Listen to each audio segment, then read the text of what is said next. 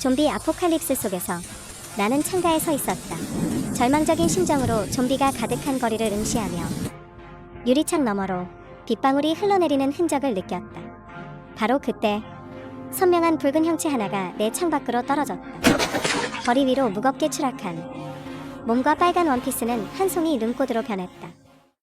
거리의 모든 좀비가 느릿한 동작을 멈췄다. 치치가 이 방향을 바라보았다.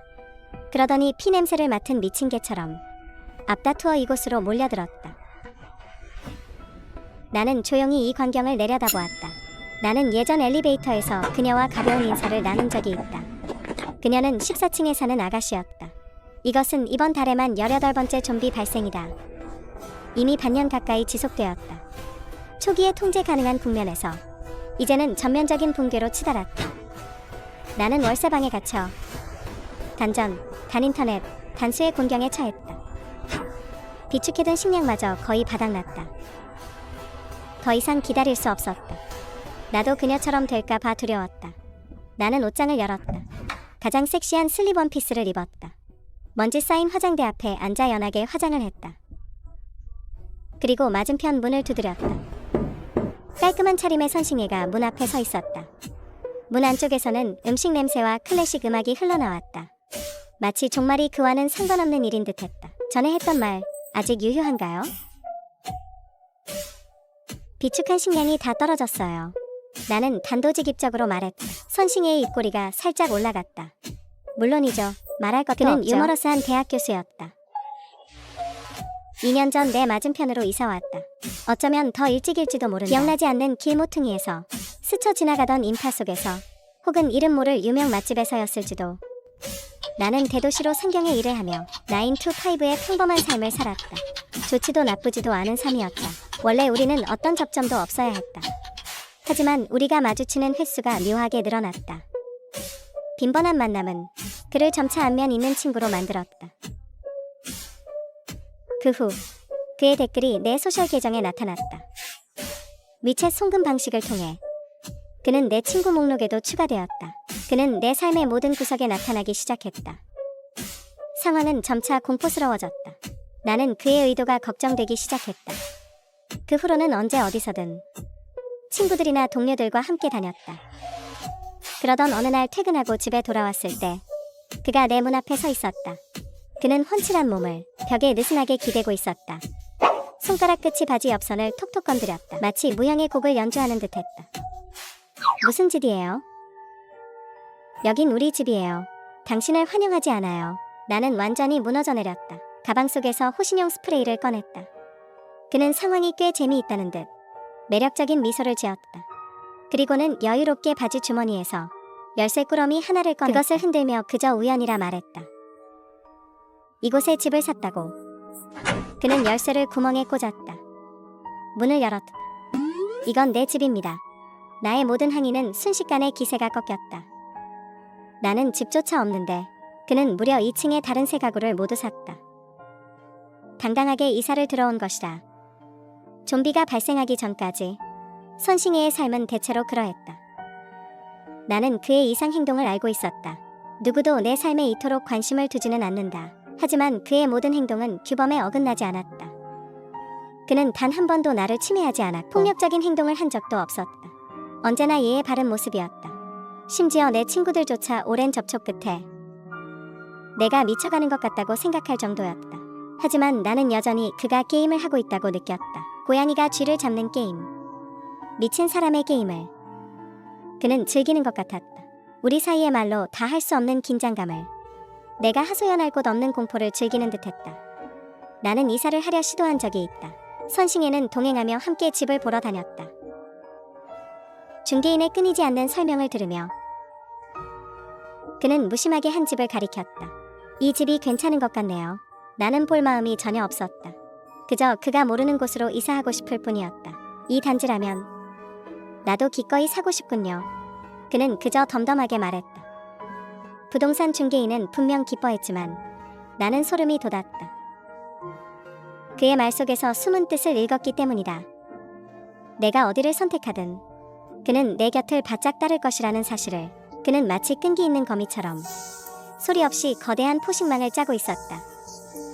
내가 스스로 그물에 걸려들기를 조용히 기다리며, 그런데 좀비 바이러스의 발발이 우리 사이의 팽팽한 균형을 깨뜨렸다.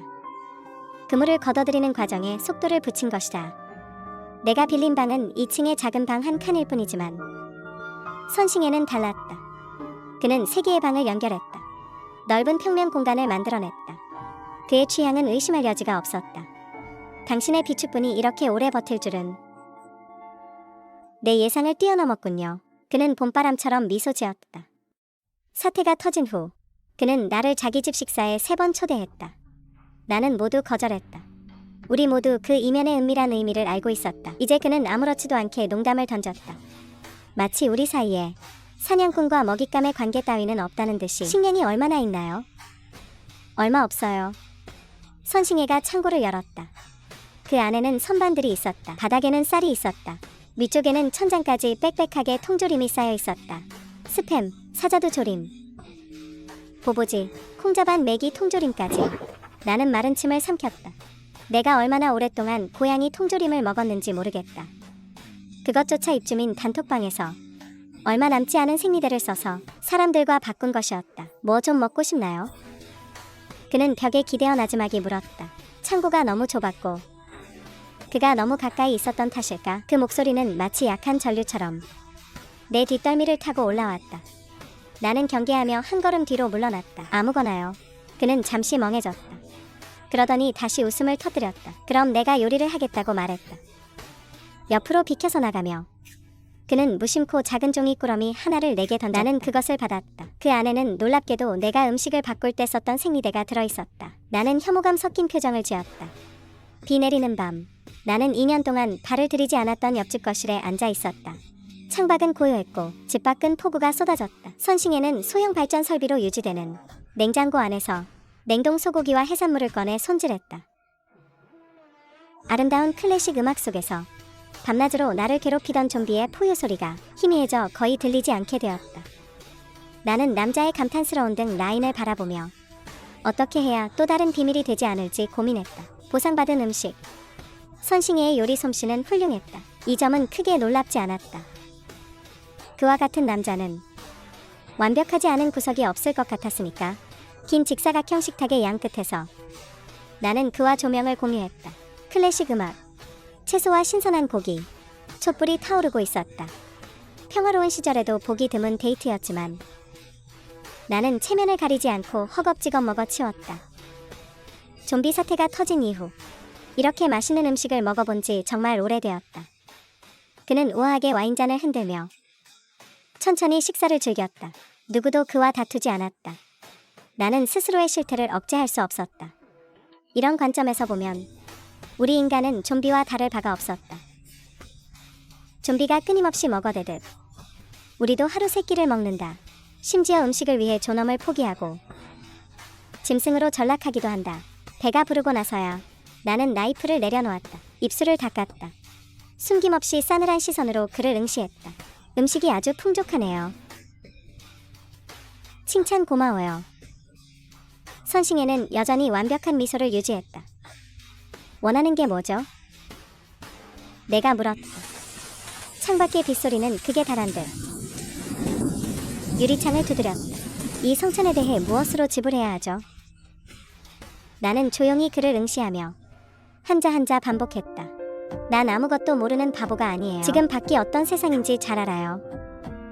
물자가 부족한 환경에서 암암리에 이루어지는 거래는 무계적인 규칙이 되었다. 단지 내 위챗 성별이 여성으로 표시되어 있다는 이유로 나는 매일 수많은 희롱 메시지를 받았다. 예쁘니 밥 한 끼에 한 번 어때? 그들은 원하느냐고 묻는 수고조차 하지 않았다. 가난한 소녀에게는 선택권이 없기 때문이다. 물론 선싱이의 초대는 그렇게 직접적이지 않았다. 그는 그저 평범한 어조로 자기 집에 밥 먹으러 오겠느냐고 물었을 뿐이다. 마치 우리가 친밀한 보통 친구인 것처럼. 하지만 나는 알고 있다. 거래는 거래일 뿐이다. 눈앞의 모든 것은 그의 칩이다. 그가 더 많이 줄수록 내가 갚아야 할 것도 많아진다. 천칭이 수평을 이룰 때까지. 하하. 내가 정색하는 것을 보자 선싱애가 웃음을 터뜨렸다. 그는 아주 즐겁게 웃었다. 어깨가 들썩일 정도로. 그저 밥 한 끼 먹는 건데 그렇게 긴장할 필요 있나요? 방금 당신 모습은 마치 금방이라도 달려들어 나를 물어뜯을 것 같았어요. 난 밥을 대접한 건데 어째 내가 잘못이라도 한 것 같네요. 나는 눈을 가늘게 떴다. 당신에게 갚을 수 있는 게 없어요. 고양이 통조림 말고는요. 당신이 내게 뭘 갚기를 바라지 않아요. 그가 고혹적인 눈을 치켜떴다. 딱 한 가지만 빼고요. 그게 뭐죠? 맞춰봐요. 선싱애는 다시 그의 전매 특허 같은 미소를 지었다. 아주 유쾌한 모습이었다. 나는 묵묵히 주먹을 꽉 쥐었다가 다시 서서히 풀었다. 식탁 위에 그릇을 집어들었다. 그는 변태지만 나는 아니다. 내게는 기본적인 도덕적 양심이 있다. 나는 침묵 속에서 식탁을 정리했다. 주방으로 들어가 자발적으로 냄비와 그릇을 닦았다. 내가 식탁과 주방을 다 정리했을 때 선싱애는 이미 소파에 앉아 독서를 하고 있었다. 그는 편안하게 소파에 기대어 긴 다리를 꼬고 있었다. 황동 스탠드 조명 아래에서 인간의 대지를 읽고 있었다. 내가 나오는 것을 보고 그는 평온하게 고개를 끄덕여 보였다. 매우 배려심 깊은 모습이었다. 다른 일이 없다면 그만 가볼게요. 좋아요. 나는 앞치마를 벗어 탁자 위에 던져두었다. 선싱애가 대답했다.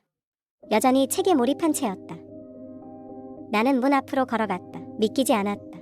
수년간 나를 노려온 변태가 도덕이 타락한 이때 식량이 떨어진 나를 집으로 불러들여 놓고는 정말 밥 한 끼 대접하기 위해서였다니. 선싱애, 혹시 고자인가? 나는 미간을 찌푸리며 몰래 그를 훔쳐보았다. 막 나가려던 찰나 문 밖에서 짐승 같은 울음소리가 들렸다. 그것은 내가 밤낮으로 들어왔던 그 울부짖음이었다. 소름이 돋았다. 숨을 죽이고 외시경을 통해 밖을 살폈다. 어두컴컴한 복도에는 낮에도 빛이 거의 들어오지 않았다.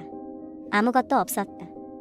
환청을 들었나 의심하던 바로 그 순간 시뻘건 눈동자 하나가 갑자기 외시경 반대편에 나타났다. 나를 노려보는 모습에 나는 숨을 들이켰다. 뒷걸음질 치다 몇 발자국 뒤로 물러다 탄탄한 팔 안으로 떨어졌다. 선싱애는 어느새 내 뒤로 다가와 있었다. 팔이 내 허리를 가로질러 나를 안정적으로 받쳐주었다. 나는 좀비가 미친 듯이 들이받고 있는 문을 바라보았다. 하지만 그의 시선은 아래로 향해 내 입술 위에 머물러 있었다. 입꼬리가 천천히 올라갔다. 돌아갈 수 없겠네요. 나는 블루투스 스피커를 바라보았다. 뒤늦게 깨달았다. 그는 왜 이 고요한 세상 속에서 보란듯이 음악을 들었던 것인가. 빌어먹을 일부러 그랬구나. 내 집이 코앞이라 해도 나는 이제 돌아갈 수 없다. 선싱애, 역시 당신답네. 날씨는 음산했고 비는 여전히 내리고 있었다. 그리고 나는 선싱애의 집에 갇혔다. 이 모든 것이 그의 음모였다.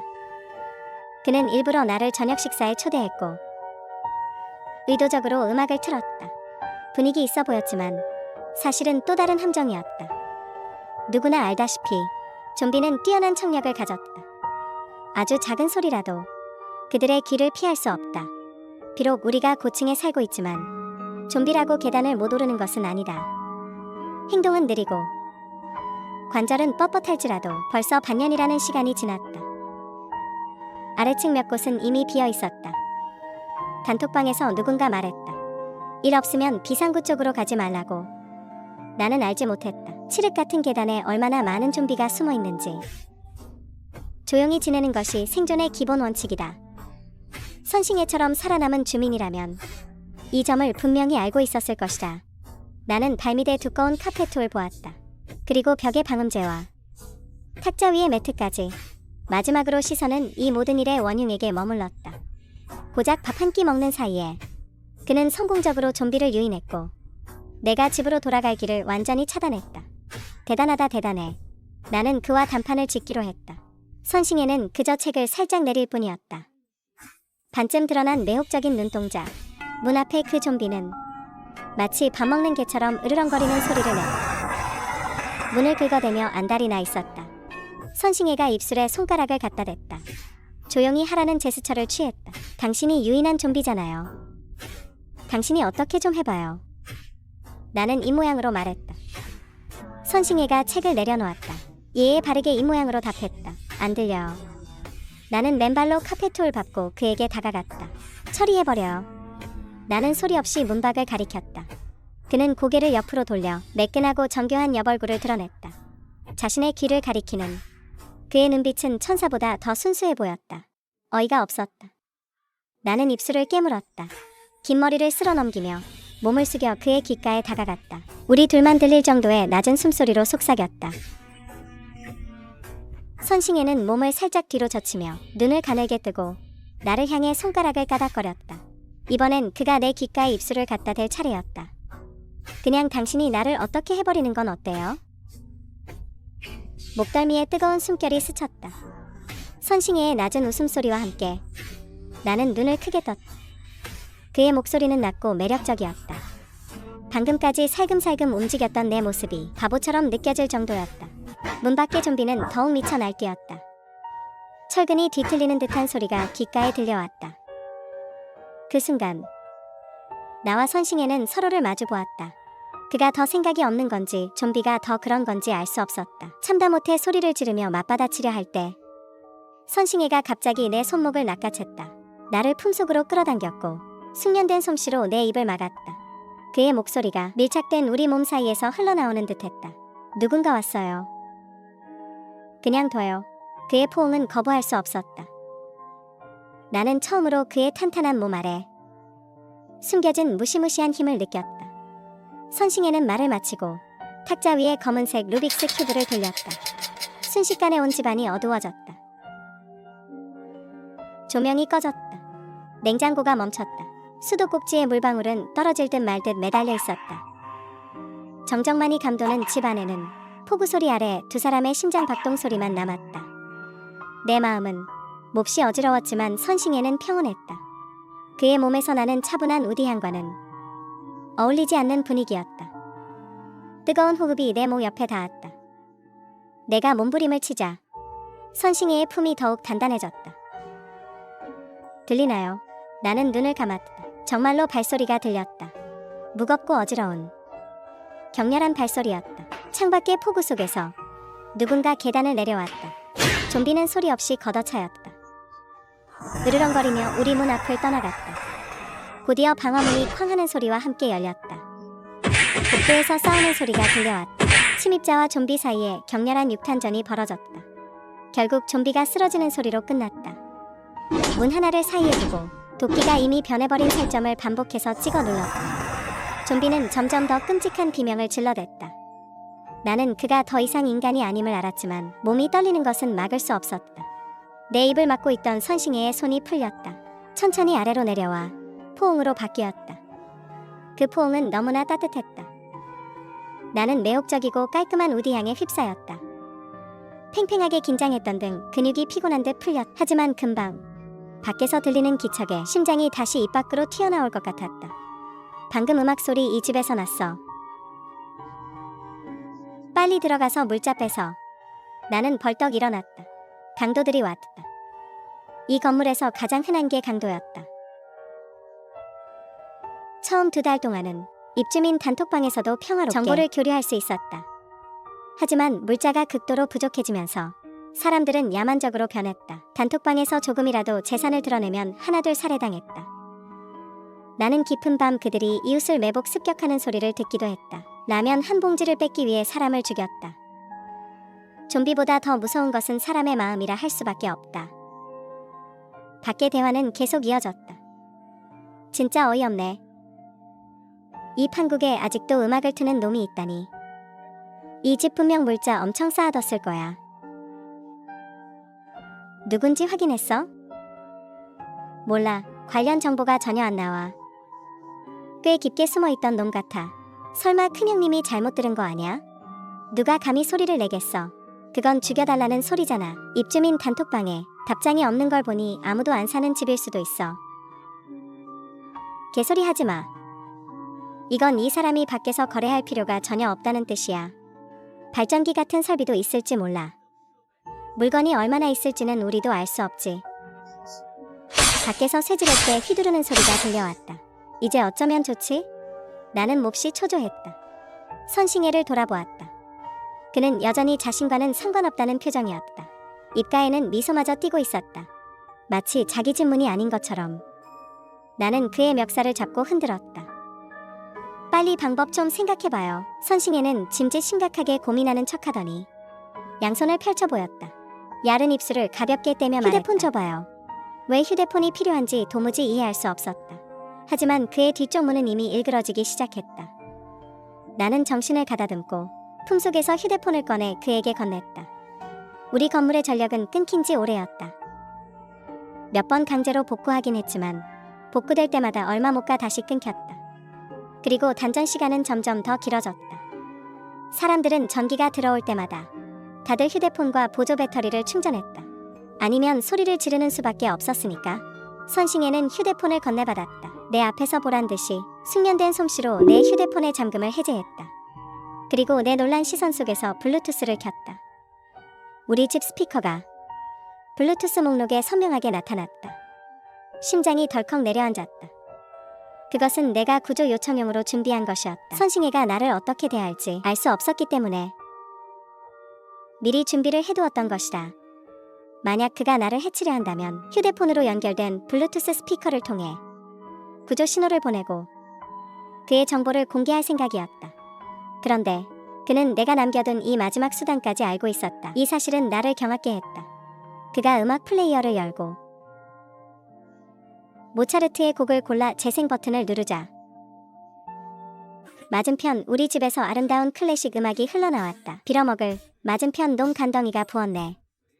미친 거 아냐? 저 집 한 명밖에 없는 거 알아? 미쳤든 말든. 좀비로 변했어도 도끼 한 번이면 끝이야. 가보자. 가자고. 문을 두드리는 소리가 사라졌다. 발소리가 멀어졌다. 휴대폰 화면이 꺼지는 소리와 함께 선싱애는 휴대폰을 끄고 다시 두 손을 내 허리에 얹었다. 어둠 속에서 나는 조용히 그의 품에 안겨 있었다. 강도들이 우리 집을 엉망으로 만드는 소리를 들으며 그리고 그의 저 아름다운 손은 내 마지막 생명줄을 아주 손쉽게 쥐고 있었다. 마치 그것이 아무것도 아니라는 듯이 강도들은 15분 정도 수색하다가 떠났다. 그들이 정확히 무엇을 가져갔는지는 알 수 없었다. 하지만 우리 집 문은 이미 박살나 있었다. 복도에 좀비가 한 구 더 있어. 처음 이곳에 왔을 때 나는 환상에 빠졌었다. 심성애에게서 먹을 것을 좀 얻어갈 수 있을 거라고. 하지만 이제 깨달았다. 그건 전혀 불가능하다는 것을. 심성야는 내게 어떠한 퇴로도 주지 않는다. 그는 언제부터 이 판을 짜기 시작한 걸까? 내가 문에 들어선 순간부터일까? 아니면 훨씬 전부터일까? 감히 생각조차 하기 싫다. 곧이어 심성야는 문 앞에 외는 구멍에서 떨어져 자신의 소파로 돌아갔다. 그리고 긴 다리를 꼬고 앉았다. 너희 집이 엉망이 됐네. 이걸 어쩌나. 그는 느긋하게 책을 집어들었다. 당신이 바로 이 날을 기다렸던 거 아니야? 나는 낮은 목소리로 말했다. 뭐라고? 심성야는 고개를 살짝 들었다. 내 말은 아마 심 선생님 댁에서 한동안 신세를 좀 져야 할 것 같다고요. 나는 가장 달콤한 미소를 지어 보였다. 심성야는 고개를 들어 천장을 한번 보더니 책을 덮으며 말했다. 허양. 평상시라면 숟가락 하나 얻는 일이야. 다 같은 이웃끼리. 거절하지 않겠지만 지금이 어떤 때인지 당신도 알잖아. 우리 집에서 계속 지내고 싶다면 그는 매혹적인 눈을 살짝 치켜뜨며 당신이 나랑 어떤 관계여야 하지 않겠어? 비는 점점 거세졌다. 실내 광선은 어두웠고 그의 윤곽은 차갑고 강렬해 보였다. 우리는 한참 동안 서로를 응시했다. 그리고 나는 침묵 속에 원피스 끈을 풀었다. 심성야도 조용히 나를 주시했다. 자세 하나 바꾸지 않고 그저 세밀하게 나를 살필 뿐이었다. 솔직히 말해서 나는 심성야와 단둘이 있는 상황을 1000가지는 상상해보았다. 하지만 이런 식일 줄은 몰랐다. 그의 평온함이 나를 우스꽝스럽게 만들었다. 시간이 멈춘 것 같았다. 나는 당황스러워 옷을 다시 집어들려 했다. 그가 드디어 움직임을 보였다. 자리에서 일어났다. 그의 얼굴은 그림자에 가려졌지만 눈동자만은 빛나고 있었다. 나는 뺨을 불켰다. 마치 검사를 기다리는 학생처럼. 그는 천천히 내게 다가왔다. 손가락 끝이 내 손목을 살짝 스쳤고 소름이 돋았다. 길쭉한 두 손가락이 내 팔을 타고 올라왔다. 마치 내가 한 대의 악기이고 그가 연주를 하는 것 같았다. 나는 이미 모든 것을 내줄 준비가 되어 있었다. 만약 그가 단칼에 거절했다면 나는 차라리 수치심이라도 유지했을 것이다. 하지만 이렇게 무심하고 제멋대로 내 팔을 만지는 것은 나로 하여금 강렬한 모욕감을 느끼게 했다. 그럼에도 불구하고 옷을 다 갖춰 입지 못한 나와 대조적으로 의관을 정제한 심성야는 너무나 엄숙하고 우아해 보였다. 그는 내 오른팔을 아무렇게나 만지다가 내 손을 끌어당겼다. 눈을 감았다. 내 어깨 위에 가볍게 입을 맞추었다. 마치 수집가가 귀한 소장품을 대하듯이 아주 예뻐 그의 흑발이 어깨를 스쳤다. 가볍고 간지러웠다. 하지만 내가 원하는 건 겨우 이게 아니야. 나는 눈을 깜빡이며 꿈속에서처럼 그를 바라보았다. 그는 고개를 숙여 내 어깨에 정장상의를 걸쳐주었다. 허양, 우리 둘 다 알잖아. 정조라는 게 옛날만큼 소중하지 않다는 걸. 당신도 신경 안 쓰고 나도 신경 안 써. 그건 그저 가죽 한 꺼풀일 뿐이야. 좀비에게 한번 물리면 끔찍하게 변해버리는. 겨우 이걸로 나한테 보답이 될 거라고 생각했어? 그의 미소에는 조롱이 섞여 있었다. 나는 혼란스러웠다. 변태가 내 몸을 탐하지 않는다니. 그럼 대체 뭘 원하는 거야? 나는 참지 못하고 물었다. 그는 내 손을 잡더니 경건하게 입가로 가져가 가볍게 입을 맞췄다. 그의 검은 눈동자는 소용돌이처럼 깊어서 나를 떨게 만들었다. 그의 말은 틀리지 않았다. 나에게는 확실히 정조관념 같은 건 없었다. 이 시대에 살아남기 위해서라면 기꺼이 그와 거래할 용의가 있었다. 그런데 그는 갑자기 군자가 되어 있었다. 유하해 같은 사람 말이다. 그가 이럴수록 나는 더욱 불안해졌다. 그는 도대체 무엇을 원하는 걸까? 내가 정신을 차리기도 전에 심성야는 이미 몸을 굽혀 부드럽게 내 원피스를 집어 올려 입혀주었다. 그의 눈빛은 물처럼 고요했다. 우리에게는 중요한 할 일이 있어. 심성야가 말한 중요한 일은 우리 집으로 돌아가는 것이었다. 그가 분석하기를 아까 우리 집을 습격했던 강도들이 다시 올지도 모른다고 했다. 빨리 집을 점검해야 했다. 가져갈 수 있는 물자는 다 챙겨야 한다. 저쪽은 이제 살 수 없어. 물건이라도 좀 챙겨오는 게 나아. 나는 유혹에 실패했다는 민망함에 빠져 멍하니 그의 뒤를 따라갔다. 심성야는 마치 아무 일도 없었다는 듯 문밖을 살피고는 문을 열었다. 악취 섞인 피비린내가 코를 찔렀다. 문 밖에는 좀비들이 여기저기 쓰러져 있었다. 심성야는 소방도끼를 쥐고 그것들을 넘어갔다. 내 차례가 됐을 때 나는 감히 움직이지 못했다. 그것이 아직 죽지 않았기 때문이었다. 핏빛 눈으로 우리를 노려보며 날카로운 이빨을 드러내고 물어뜯으려 하고 있었다. 길고 힘있는 손 하나가 내 시야에 나타났다. 심성야였다. 그는 나를 바라보며 도움이 필요한지 묻는 듯했다. 안 받을 수 있을까? 그는 그저 변태일 뿐이지만 바닥에 있는 건 좀비다. 나는 그의 손을 잡고 사체를 살짝 뛰어넘었다. 잘했어. 그는 마치 학생을 잘 인도하는 선생님처럼 칭찬을 아끼지 않았다. 그러나 그의 손은 스승의 위엄을 유지하지 않았다. 오히려 꽉 움켜쥐었다. 나는 맞잡은 손을 겨눈질하며 눈썹을 치켜떴다. 심성야는 여전히 그 표정 그대로였다. 총을 쏘려던 찰나 갑자기 안색이 변하며 내 등 뒤를 보았다. 눈동자가 순식간에 커졌다. 조심해. 나는 겁에 질려 그의 몸 위로 확 뛰어올랐다. 정말로 기어올라갔다. 정신을 차려보니 나는 이미 그의 머리를 껴안고 두 다리로 그의 허리를 꽉 조이고 있었다. 마치 나무 위로 쫓겨 올라간 강아지처럼 그의 가슴에서 억눌린 웃음소리가 들렸다. 처음엔 낮게 웃더니 곧 격렬해졌다. 너 이런 식이면 무슨 일이 생겨도 내가 대처하기 힘들잖아. 심성야가 고개를 들었다. 나는 바닥에 널브러진 좀비들을 보았고 나를 안고 음흉하게 웃는 심성야를 보았다. 내 얼굴은 순식간에 홍당무가 되었다. 이렇게 비웃는 게 그렇게 재밌어? 그의 허리에 매달려 있는 것만 아니었어도 정말 걷어차 주고 싶었다. 내가 목소리를 높이자 심성야는 나보다 더 빨리 표정을 바꿨다. 이건 훈련이었어. 나는 그의 진지하다 못해 엄숙한 얼굴을 보았다. 가슴이 철렁했다. 그의 말에 의구심이 들었지만 반박할 이유를 찾지 못했다. 그는 나를 몸에서 내려놓으며 말했다. 허양. 당신이 나에게 비현실적인 성적 환상을 가지고 있고 나에게 의지하는 건 알겠어.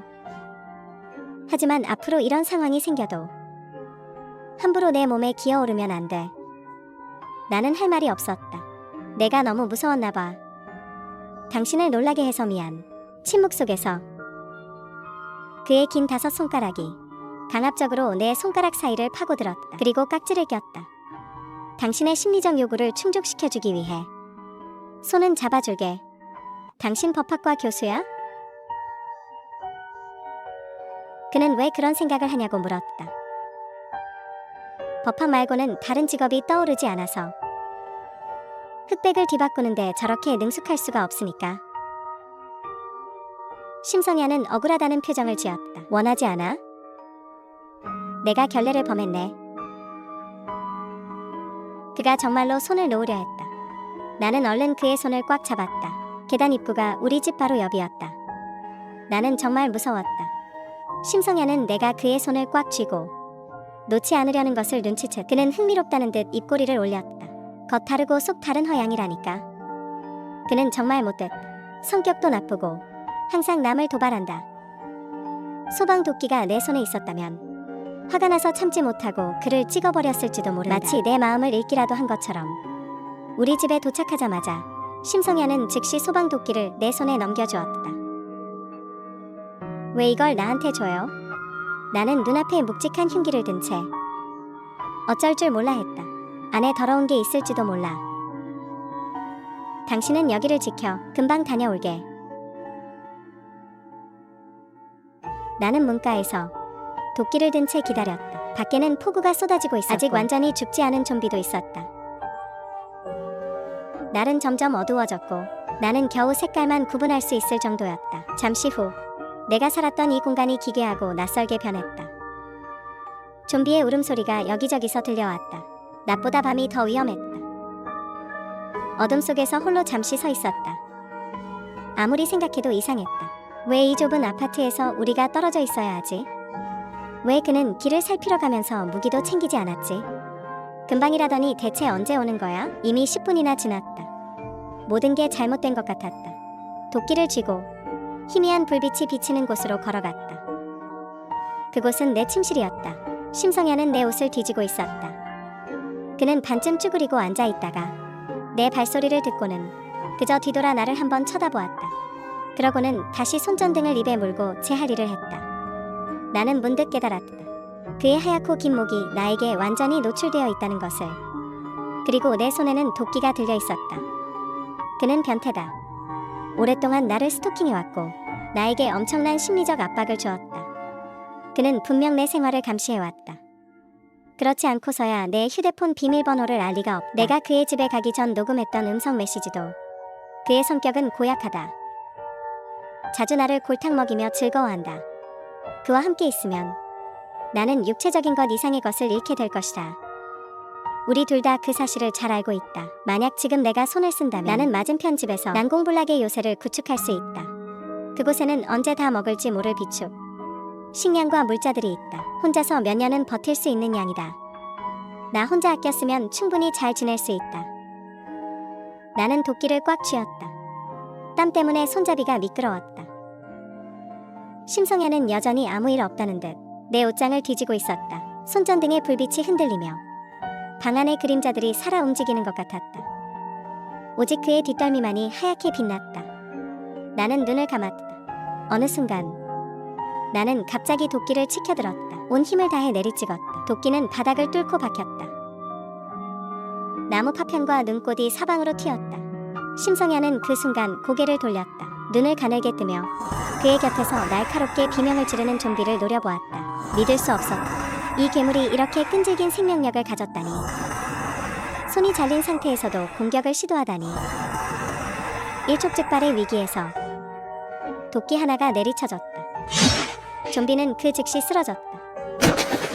괜찮아. 당신 손이 부상당한 것 같아요. 그의 손에 긴 상처가 난 것을 보았다. 피가 흐르고 있었다. 심성야의 검은 눈동자가 나를 깊게 쏘아보았다. 옷장에 유리 파편이 있었어. 실수로 손을 베었네. 파상풍 주사가 필요해. 집에 있어?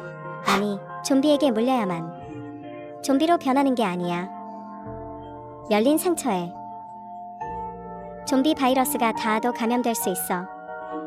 그는 좀비와 싸웠고 상처를 입었다. 그가 좀비로 변할 확률이 얼마나 될까? 없어요. 파상풍 주사는 24시간 이내에 맞아야 해. 병원에 가봐야겠어. 치료할 수 있는지 보러 가야지. 심성야는 담담하게 말했다. 마치 자신의 일이 아닌 것처럼. 말을 마친 그는 바닥에 소방도끼를 집어들고 문으로 걸어가더니 갑자기 뒤를 돌아 처음으로 내 이름을 불렀다. 이제 집에서 얌전히 있어. 집에 다 있으니까. 심성야는 여행 가방 하나를 던져주었다. 나는 얼른 받아들었다. 옷 잊지 마. 그는 오른팔을 움켜쥐었고 피가 하얀 손가락 끝을 타고 흘렀다. 하지만 내가 준비한 게 더 나을 거야. 집에 가면 찾을 수 있을 거야. 나는 화가 나기도 하고 밉기도 했다. 내 옷까지 준비해놨다고? 그의 입가에 미소가 천천히 번졌다. 우리는 눈빛을 교환한 뒤 나는 가방에서 옷 하나를 꺼내 다가가서 그의 팔을 감싸 묶어주었다. 고마워. 피냄새가 퍼지면 아마 이 건물을 나가기도 힘들었을 거야. 나갈 수 있겠어요? 나는 그를 차갑게 쏘아보며 그의 손에서 도끼를 빼서 들었다. 심성야는 고개를 약간 갸우뚱했다. 허양, 나와 동행할 생각인가? 말이라고 해요. 하지만 당신도 알 수 없잖아요. 24시간 뒤에 파상풍에 걸릴지 아니면 좀비가 될지. 그는 입술을 핥았다. 나에게 빚을 필요 없어. 황폐해진 인민병원은 공포 영화의 배경처럼 거대한 달빛 아래 정적 속에 서 있었다. 나는 심성야가 나 때문에 다친 상황에서 그가 혼자 파상풍 백신을 찾게 둘 수 없었다. 때로는 높은 도덕심이 오히려 약점이 되기도 한다. 길목을 배회하던 몇 마리의 좀비가 소리를 듣고 고개를 돌려 그 회백색 눈동자가 어둠 속에서 차갑게 빛났다. 심성야는 묘도를 뽑아들고 달려들어 좀비의 관자놀이에 꽂았다. 곧이어 좀비가 쓰러졌다. 그는 뒤도 돌아보지 않고 외래 진료동으로 들어갔다. 갑자기 그가 발걸음을 멈췄다. 나는 미처 멈추지 못하고 그의 등과 부딪혔다. 눈앞에 환자복을 입은 세 구의 좀비가 나타났다. 그들은 시체 하나를 둘러싸고 개걸스럽게 먹고 있었다. 심성야는 나를 데리고 옆 통로로 몰래 빠져나갔다. 이건 시작일 뿐이었다. 뒤에는 좀비가 훨씬 많았다. 약국 입구에 도착했을 때 갑자기 총성이 울렸다. 총알 한 발이 심성야의 머리 위를 스쳐 지나가 약국 안내판을 맞췄다. 총소리는 2층에서 들려왔다. 아이씨, 대장, 또 약 훔치러 온 놈들이 있어요. 심성야는 급히 나를 끌고 구석으로 숨었다. 그는 미리 준비한 새 총을 꺼내 2층에 소리 나는 쪽으로 발사했다. 그는 기세를 몰아 나를 끌고 약국 안으로 돌진했다. 유리 깨지는 소리에 좀비들이 그쪽으로 몰려갔다. 혼란 속에서 누군가의 비명과 추락하는 소리가 들렸다. 파상풍 주사 외에도 우리는 각종 소염제와 소독제 등 비상약품들을 찾아냈다.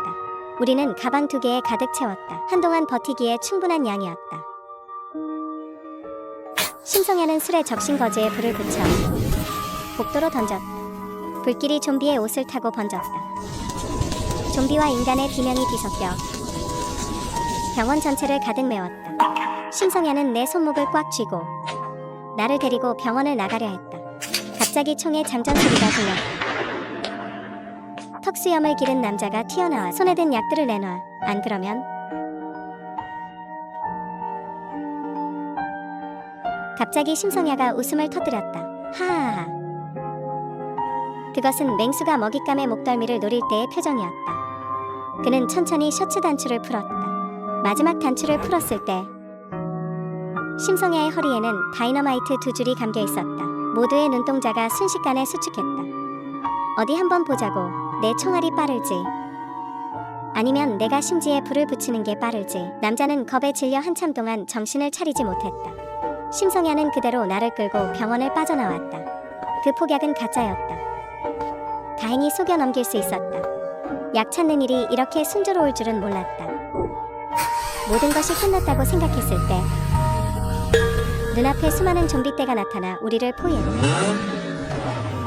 자동차 엔진 소리가 굉음을 내며 들려 좀비들이 우수수 쓰러졌다. 심성야는 뛰어난 운전 실력으로 드디어 나를 데리고 좀비들을 따돌렸다. 그때 눈앞에 노아의 방주 같은 것이 나타났다. 그는 나를 데리고 그대로 뛰어내렸다. 공포 속에 나는 정신을 잃었다. 깨어났을 때 나는 이미 침대에 누워 있었다. 집에 온 걸 환영해. 하지만 여긴 우리 집이 아니었다. 여긴 나의 비밀기지야. 정말 이후 그가 없었다면 나는 벌써 몇 번이나 죽었을지 모른다. 그는 항상 나를 뒤에서 지켜주었다. 당신 나 좋아하죠? 그냥 직접 말하면 되잖아요. 말해봤자 변태 취급이나 당할 텐데. 문제는 내가 진짜 변태라는 거지. 부정할 수가 없네.